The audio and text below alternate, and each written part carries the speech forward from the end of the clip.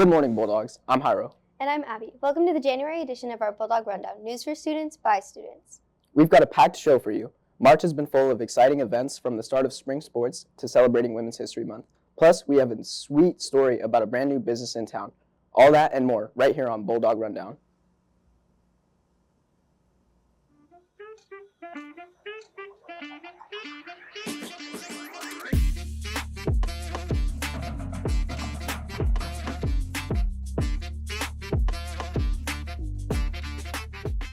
To kick things off, we want to highlight some of our strong women in our school and celebrate Women's History Month. Hi, my name is Melissa Doherty, and I am the assistant principal at Hermiston High School. One of the most challenging things that I've overcome in my career is probably going to the Army Airborne School between my junior and senior year of college. I didn't really want to go, but I was told I had to go. So first I had to overcome just being told what to do. And so I went to Fort Benning, Georgia. When I was there, airborne school is very physically demanding, so there was a lot of running. In order to go into the mess hall, to the cafeteria, you had to do 10 pull-ups. I couldn't do 10 pull-ups in the beginning, so in order to eat, I learned how to do pull-ups. It was just very physically demanding. In my unit, there were about 100 women that started, and only 2 of us graduated. So it was you're getting yelled at all the time, you're really working hard, just trying to keep your cool when people are yelling at you and not yelling back, because that makes it worse. And then there was, again, a lot of running. And I remember I broke my ankle on my 3rd jump, and you have to do 5 jumps in order to get your airborne wings. I broke my ankle, and a sergeant airborne said, "See, that's why women shouldn't be here." And I was just furious. And so I wasn't gonna let him win and me not get my wings. So the next day I ran 6 miles on a broken ankle, finished my 2 jumps, and then got evac'd off the drop zone to get my ankle casted, because I broke the bone in the ankle. But what it taught me is that pain is short-lived. My airborne wings are something that I'm quite proud of, that I was able to bring home. I was, again, in my unit, one of 2 women that actually got them. But what it taught me is that it's all about hard work and perseverance. You will have people your entire life that say you can't, that you shouldn't, that you aren't good enough. But all that really matters is that what you think. Do you think you're good enough? Do you think you can do it? Do you think you can overcome the pain? Can you overcome the fear? Can you overcome your self-doubt? And that's one thing that probably the best lesson I learned from the military is that it's all about you. People are going to tell you you can't. It's up to you to show them that not only can you, but you're going to be better than them. Being a woman has impacted my career, definitely positively and negatively, but it's all in the perspective of how you want to take it. So even if the negative situations I've learned from, being in a very male-dominant world at Fort Stewart, there aren't a lot of women officers, and so you have to work through those challenges. But the bottom line, it doesn't matter if you're a male or a female, hard work prevails. If you have a core line, if you have that integrity, if you have that honesty and hard work, it doesn't matter if you're a male or female, people are gonna know that you deserve the position because your work shows for it. And I think that's important for us all to remember, is not to look at anything as an imposition, not to look at anything as something that I have to overcome. Hard work is going to prevail. My name is Mackenzie Davis, and I am a PE physical education teacher and a leadership advisor. The hardest thing for me has always been making sure that I'm not using where I came from and what God gifted me, I guess, in regards to my situation as an excuse. Everybody gets dealt different scenarios, home lives are different, opportunities are different, but at the end of the day, like, you're in charge of the decisions you make and the effort you put into the things you want. And for me, I always felt like I had goals and dreams, and even though, if you look where I came from, maybe my home life, the opportunities I had at the time doesn't line up to where I am today. And I think that's because I've had to make sacrifices and work extremely hard to stay on a path that I wanted to be on. And so I would say that was probably my biggest challenge, is just making sure that I was working harder than everyone around me because I didn't have an option. My name is Emily Strout. I am the head strength and conditioning coach here at Hermiston High School and the head track coach as well. I feel like being a female in this career is actually pretty unique. Not necessarily physical education because we need female PE teachers, but there's not many head female strength and conditioning coaches, and so I'm pretty proud of that. I was thankful for the opportunity when it came up at Hermiston High School to take it on and the challenge, and I needed to prove myself. So my first few years, I started getting to teach a couple classes, and then I created an all-females class, which has currently grown to 2 all-female classes. So I have about 80 female athletes in my classes. So I think it just took some time to prove myself, where, to be honest, I'm not sure if a male would honestly have to do that. And so absolutely some challenges, but I just kind of rose to the occasion and proved myself to get where I'm at today. To young girls who would like to be in my position, first I would tell them, which I tell all of my girls now, is that strong is beautiful. And we need to kind of set that precedent for young girls and high school girls, because this field, it's an intimidating one. And like I said, dominated by men. And so I would just let them know that, you know, if that's what they're passionate about, that they could do it, and strong really is beautiful, and we need to pass that tradition on. What I would tell everyone is do what makes you happy. When I was a little girl, I didn't think I was going to be a teacher. I didn't think I was going to be an Army officer. I never thought I would be back in high school working here again. Life takes you down different paths. Go with it, embrace it. Struggle is real, challenges are real, and it's okay. You just need to believe in yourself, believe in your family, believe in your friends, and they're gonna help steer you down the right path. Don't be afraid to take on a new challenge. Don't be afraid to say, what I majored in college isn't what I want to go down. I want to do something different. Don't be afraid to change jobs. Embrace it, but the number one thing is be the best that you can be. Take on, persevere, believe in yourself, and you'll be able to accomplish anything you want to. Don't let anyone tell you that you can't. And if they do, show them that you can. That was a great segment. Speaking of great, we have a sweet new addition to our town, a brand new donut shop. Let's check it out. This is Yareli Murillo with the Hermiston High School, covering Hermiston Donut Shop and its insights about how it opened, like that. Yeah. Oh, it was delicious. Hi, my name is Nita Rizas. I am the owner of the Hermiston Donut Shop. I have always wanted my own business, and I like making donuts and Hermiston with the donut shop. So we're here. So it's maple bar, maple bacon, and apple fritter. Yeah, I do maple bacon. June 2nd, 2024. Yeah, maybe La Grande. Yeah. Do you have any new donuts or flavors coming out in the shop? Yeah, maybe something with matcha. Okay, thank you. That was good. With the sun starting to shine a little brighter, it's time to break out the sunscreen. Up next, we take a look at how a group of students is developing an innovative way to protect yourself from harmful UV rays. Here in Eastern Oregon's high desert, we get a lot of sun year-round, but UV exposure is something people don't always think about until it becomes a problem.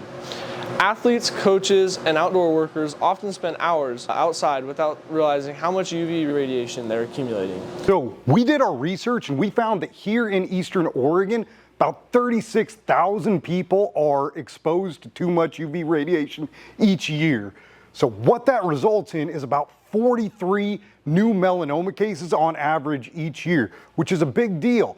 Studies have shown that there's about a 95% reduction if people are using UV trackers and other prophylactic measures.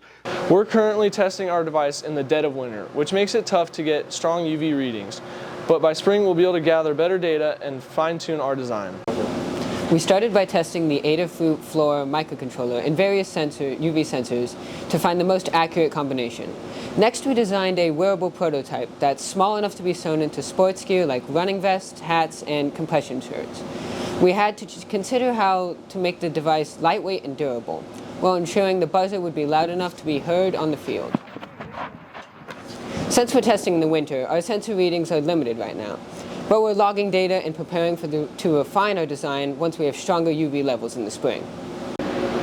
Our UV exposure tracker is designed to be small, lightweight, and wearable. making it ideal for student athletes, outdoor workers, and anyone who spends time in the sun. It uses an Adafruit Flora microcontroller with a UV sensor to detect real-time UV levels. A small OLED light displays the UV intensity so athletes, coaches, or workers can check their exposure at a glance. A buzzer is programmed to play a tune when exposure gets too high, acting as a reminder to take a break, reapply sunscreen, or get into the shade.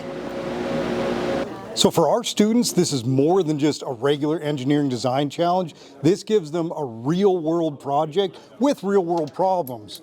And for our student athletes, this gives them the opportunity to look at long-term data as to their training practices, when they're getting sun exposure, when would be a more optimal time to train.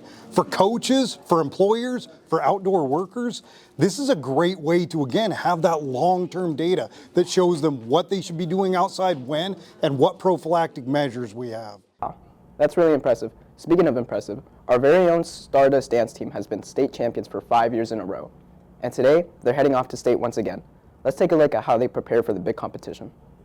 The dance team is headed to state, and we were so excited to talk to head coach Alex Anto about the preparation and what it takes to be a champion.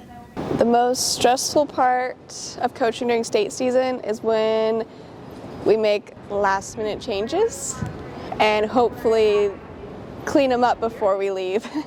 An important thing dancers should keep in mind before going to state is to not get in your head. You know your job. Go out there and do it, and everything will go as planned.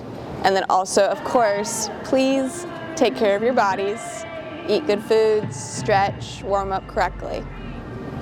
I am preparing my team for state by making sure they are fit and can finish out their routines without getting tired. So that means more running, more ab workouts, more squats, and more full out all the time.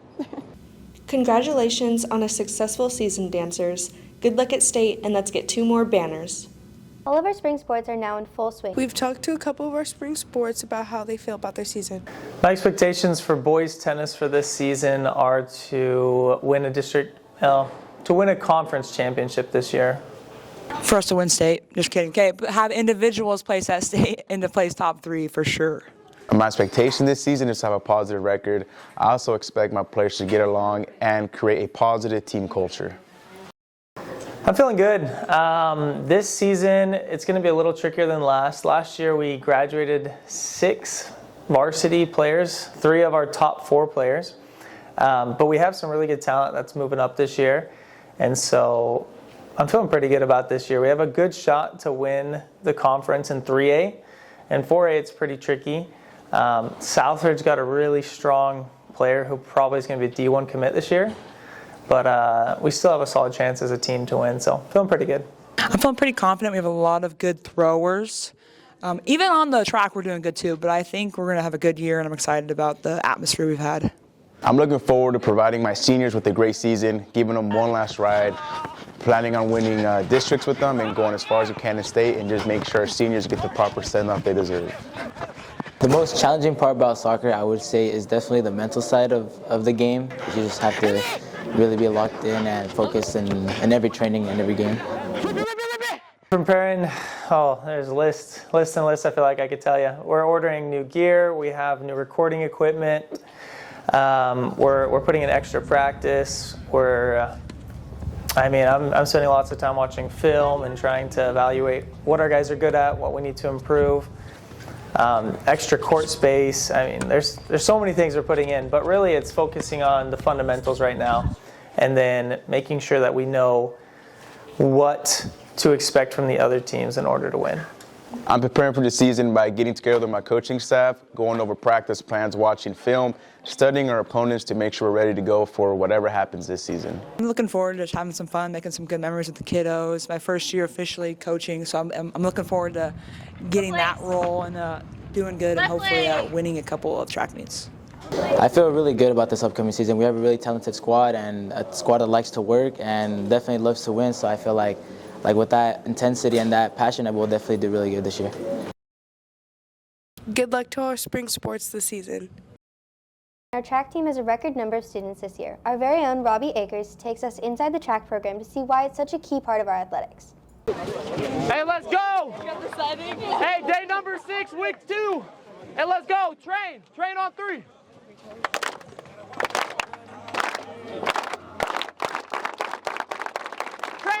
Train on me, 1, 2, 3, train! Track matters to me because it's an outlet for individuals to be able to find something individually that they can be successful at, as well as socially.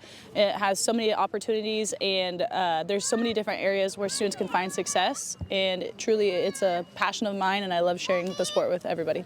I feel like it's going to help pay for my college in the future, and it's just something I love to do. No, you're not like that. Track matters to me because I get to be with a bunch of my friends and just have a really fun time and just hang out with my friends, really. To piggyback off of what E-Man said, I love playing sports with my friends, and it's just a fun sport to get out here and be active. The reason track matters to me is because like a family environment we got out here. Everybody cares about each other, and it's for everybody, okay? Big, little, small, whoever. It's for everybody. Track matters to me because it's helped me find a family and just make friends with a bunch of new people and a safe place to always expect to go after school. Track matters to me because it keeps me in shape and it keeps me really healthy, and it allows me to have a lot of friends. Track is important to me because it's a really fun sport to do, and you get to know a lot of people and meet new friends, and it's also a good sport to get you in shape. Track matters to me because it's a way that I can use my the muscles that I've gained in weightlifting and not use it use it for my advantage and not for running or anything. Track matters to me because I'm able to be on my own and kind of put forth my own effort and not have to rely on my teammates, because really track is an individual sport. Track matters to me because it mentally strengthens me and allows me to socialize with new people. Track matters to me because I feel like it makes me a better person and it helps me out more with running.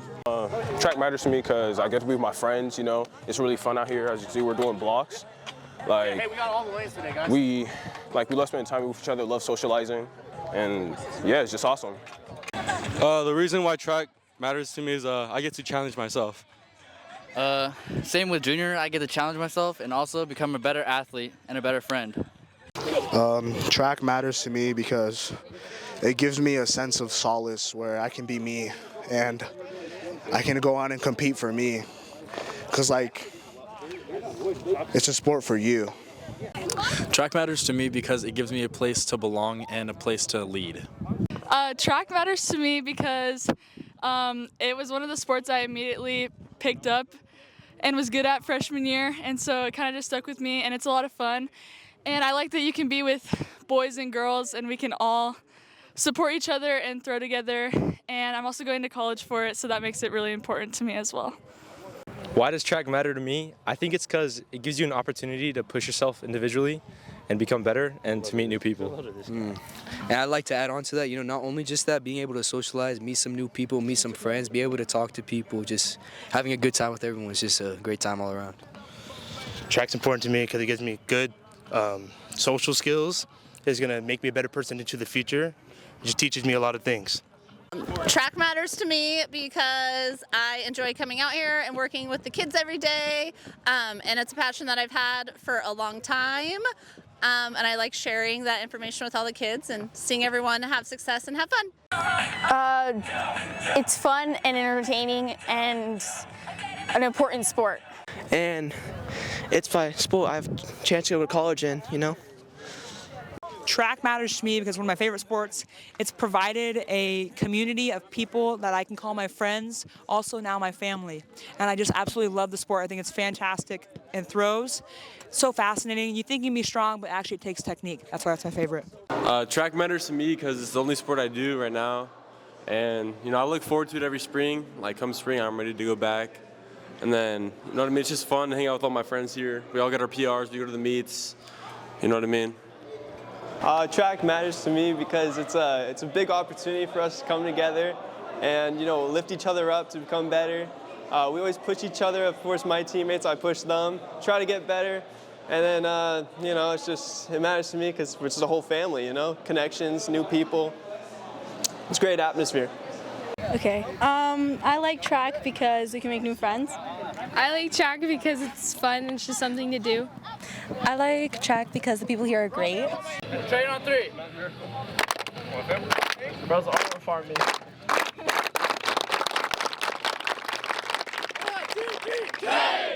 Now let's switch gears and take a closer look at our school's healthcare program.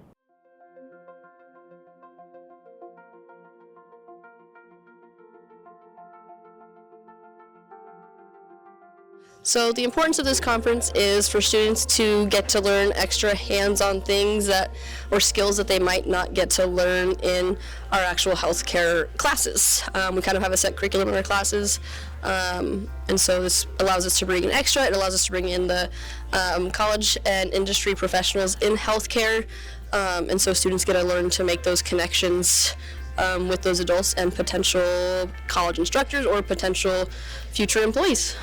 This conference has the ability to benefit students not just from Hermiston High School, but from around the region and the area, both in several states. The ability to meet and talk with industry professionals from a variety of areas, everything from dental to veterinary to doctors to nursing programs, something that they wouldn't normally get exposed to, especially in their high school career.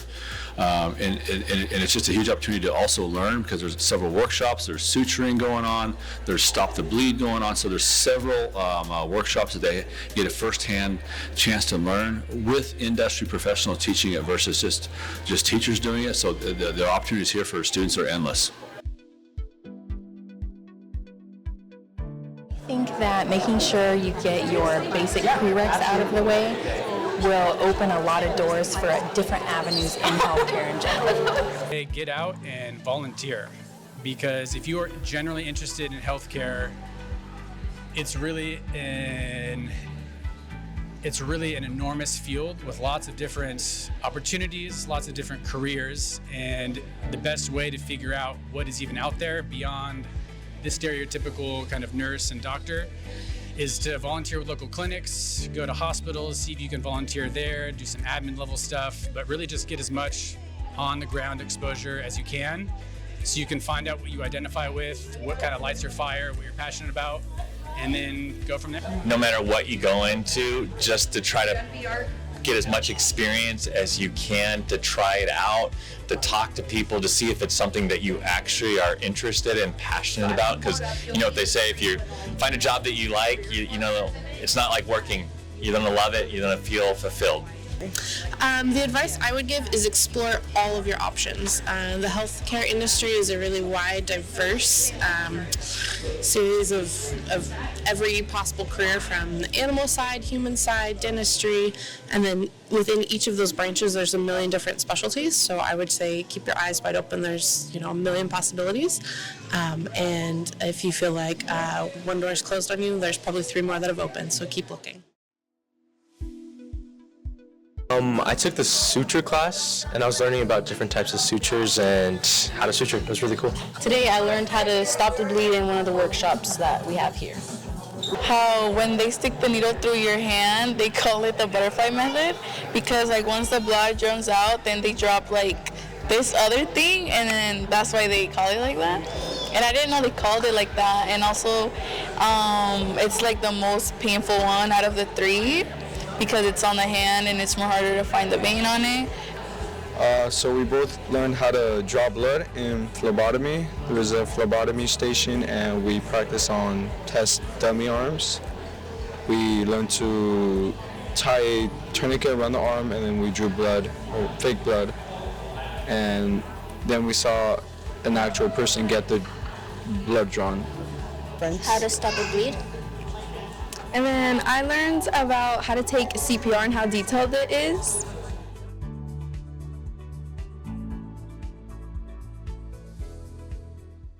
And now for something a little more fun. We thought we'd treat you to a fit check video. Let's see what our Bulldogs are rocking this season. Hi, what's your name and how much is your outfit? Leon Freaky, Frick Dog Money, my nickname. And my outfit is priceless. So this Pro Club, I don't know, like $10. This Lucid Blank hoodie, $50. This Bershka pants, $60. This belt, $5. The shoes, $100, very cheap. Socks, Nike, cheap, $5 or so, I don't know. And so then we got the Nike Elite shorts under, that's like $40. And then my imaginary chain, priceless. And My braces, it's like, I don't know, insurance took care of it. And then rubber bands, I don't know. And then, see. Hi, what's your name and how much is your outfit? Mr. Mercer, and the freebie. This T-shirt probably $5.99. The jeans probably $10,000. Pants, because you can't get these stains. Those are extra costs. Yeah. The shoes? The shoes, $1 million. The chain. This is priceless. Has my picture on it. Makes it priceless. Hi, what's your name? My name is Miguel Fuentes, and my fit, look, 16K, 15K on the shirt, 13K on the neck, 30K on the waist, 15K on the jeans, 30K on the shoes, and 5K on the socks. So I'm like, okay. Hi, what's your name and how much is your outfit? Cat sauce and probably $40. Jacked this from the Lost and Found. Bought these Levi's off Amazon. My mom gave me these shoes. My ex bought me these for Christmas. Shaughnessy gave me this morning because I didn't have any green on. I did have to sell my soul for this, so. Oh, glasses. These are actually $300. Yeah. That's all for this edition of Bulldog Rundown. We'll be taking a short break in April to focus on some exciting projects, but we'll be back in May for our final show of the school year. Thanks for watching, Bulldog. See you next time.